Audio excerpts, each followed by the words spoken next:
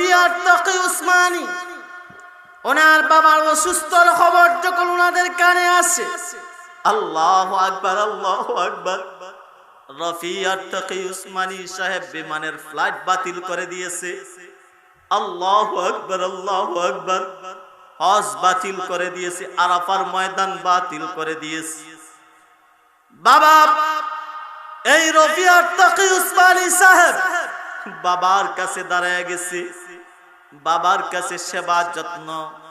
ওই রফিয়াত তাকি উসমানী মুগ্ধ হয়ে গেছে, খেদমতে লেগে গেছে। আল্লাহু আকবার। উনার বাবা শফি উসমানী সাহেব যখন হুঁশ আসলো, বললেন, বাবা রফি, ও বাবা তাকি, তোমরা তো হজে যাওয়ার জন্য নিয়ত করেছো, হজ যাও না কেন গো বাবা? আল্লাহু আকবার, আল্লাহু আকবার, দিল লাগায় শুনেন ভাই।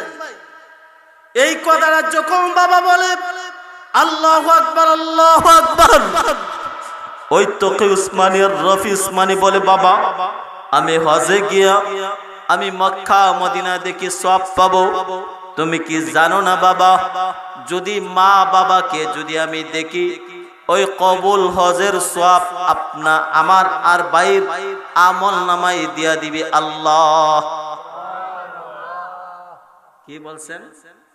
হজ বাতিল করে দিছেন, টাকা বাতিল করে দিছে, ফ্লাইট বাতিল করে দিছেন, মদিনা বাতিল করে দিছেন, বাবার খেদমতে হাজির হয়ে গেছেন। জোরে কান সুবহানাল্লাহ। এ বাবা, আপনি আমি বউকে পেয়ে তো শ্বশুরের কথা আর শাশুড়ির কথা, এই কথাগুলা মেনে তো বাবাকে ভুলে গেছি। জোরে কোন ঠিক না বে ঠিক? আপনি আমি সুন্দরী সুরসী কন্যা বউ পেয়ে তো মাকে ভুলে গেছি। জোরে কোন ঠিক না? বউর মধ্যে, ঘরের মধ্যে বউ আনছেন, যদি বউয়ে আপনার মার কথা বলি, আপনি কানের মধ্যে শুনেন, শুনে মাকে নির্যাতন করেন, মা বাবাকে বৃদ্ধাশ্রমে পাঠায় দেন, এমন সমাজে আছে না নাই? আছে, আছে আপনাদের এলাকায়? না, সব ভালো মানুষ, সবাই ভালো মানুষ, সবাই মার বাবার কথা শুনেন, সবাই শুনেন, সবাই এমন না, সবাই এমন না।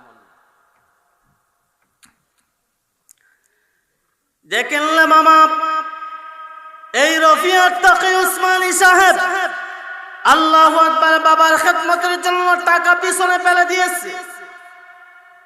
রফি উসমানী সাহেব বাবার জন্য টিকিট বাতিল করে দিয়েছি। এরপরেও কি তোমাদের বুঝে আসে না রে ভাই, বাবাকে খেদমত করতে হবে? এরপরেও কি বুঝে আসে না?